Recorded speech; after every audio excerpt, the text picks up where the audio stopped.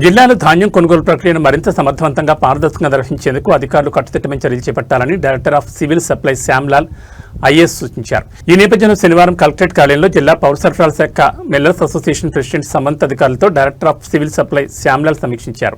ఈ సందర్భంగా ఆయా మిల్లల్లో ధాన్యం దిగుమతుల విధానం, నిల్వ పరిస్థితులు, నాణ్యతా ప్రమాణాలు, ప్రభుత్వ మార్గదర్శకాల అమలు తదితర అంశాలను అడిగి తెలుసుకున్నారు. ఈ సందర్భంగా ఆయన మాట్లాడుతూ రైతులు ప్రభుత్వంపై నమ్మకంతో ధాన్యాన్ని విక్రయిస్తున్నందున వారికి ఎలాంటి అసౌకర్యం కలగకుండా తక్షణ చెల్లింపులు జరిగేలా చర్యలు తీసుకోవాలని మిల్లు యాజమాన్యానికి సూచించారు. రైతులు ధాన్యం తీసుకొచ్చిన వెంటనే అన్లోడింగ్ ప్రక్రియ వేగవంతంగా పూర్తి చేయాలని, వాహనాలు ఎక్కువసేపు నిల్వ ఉండకుండా చర్యలు తీసుకోవాలని ఆదేశించారు. అలాగే పెండింగ్ లో ఉన్న ఎక్నాలజ్మెంట్లను వెంటనే క్లియర్ చేసి రైతులకు ఇబ్బందులు తలెత్తకుండా చూడాలని సూచించారు. ప్రభుత్వం నిర్దేశించిన నాణ్యతా ప్రమాణాలను ప్రతి మిల్లులో ఖచ్చితంగా పాటించాలని స్పష్టం చేశారు. ధాన్యం నిల్వ, రవాణా, రికార్డు నిర్వహణలో ఎటువంటి నిర్లక్ష్యం చోటు చేసుకోరాదని హెచ్చరించారు. అదేవిధంగా జిల్లాలో ట్యాబ్ ఎంట్రీల ప్రక్రియను ప్రతిరోజు క్రమం తప్పకుండా నిర్వహించాలని జిల్లా సహకార అధికారిని ఆదేశించారు.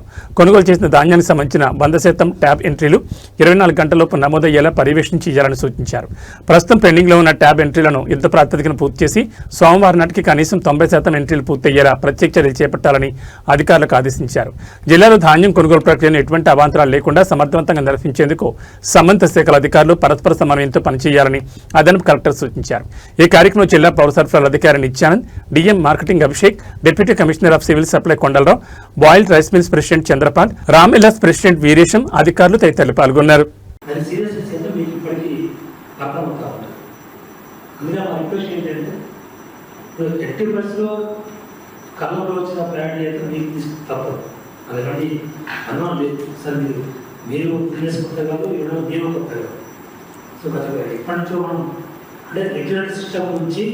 మనం కంప్లీట్ టేక్ సిస్టమ్ మారింది.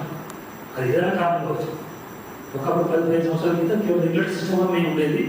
మీరు పర్చేస్ చేసేవాళ్ళు అప్పుడు మొత్తం చూసేవాళ్ళు. అలాగే ఈరోజు సింప్లిఫికేషన్ అనేది కావాలి. సో మీ అందరికీ బాగా తెలిసిన వ్యక్తిగా సో మీకు ఎంతవరకు అడాప్షన్ సపోర్ట్ రావాలో అంత చాలా సిద్ధంగా ఉంది.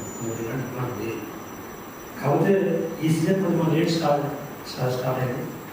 10-15 డేస్ మనం కొంచెం లేట్ స్టార్ట్ అయిన కారణం ఎందుకంటే తీసుకోవచ్చు, కానీ ఏ కారణంగా లేట్ చేసుకుంటాం. డిఫరెంట్ ప్రైసెస్ కావచ్చు, ఎక్కడ ఏమున్నా మీరు రైట్ చేయండి. ఫస్ట్ మీరు రైట్ చేసి మీరు టైప్ చేయండి.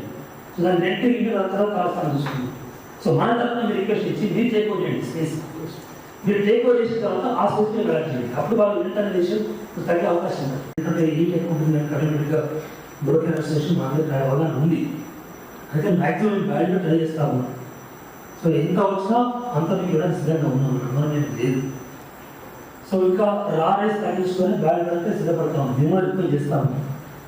కానీ కొద్దిమంది అంటే మీరు లాస్ట్ సీజన్లో మీరు అడిగిన సందర్భంలో మీరు ఒకసారి గుర్తు చేసుకోండి. ఇప్పుడు మనం వచ్చిన ప్యాడ్ మీ జిల్లా సంబంధించిన ప్యాడ్ ఫస్ట్ మీరు తీసుకోవడం పక్కన వేస్తారు.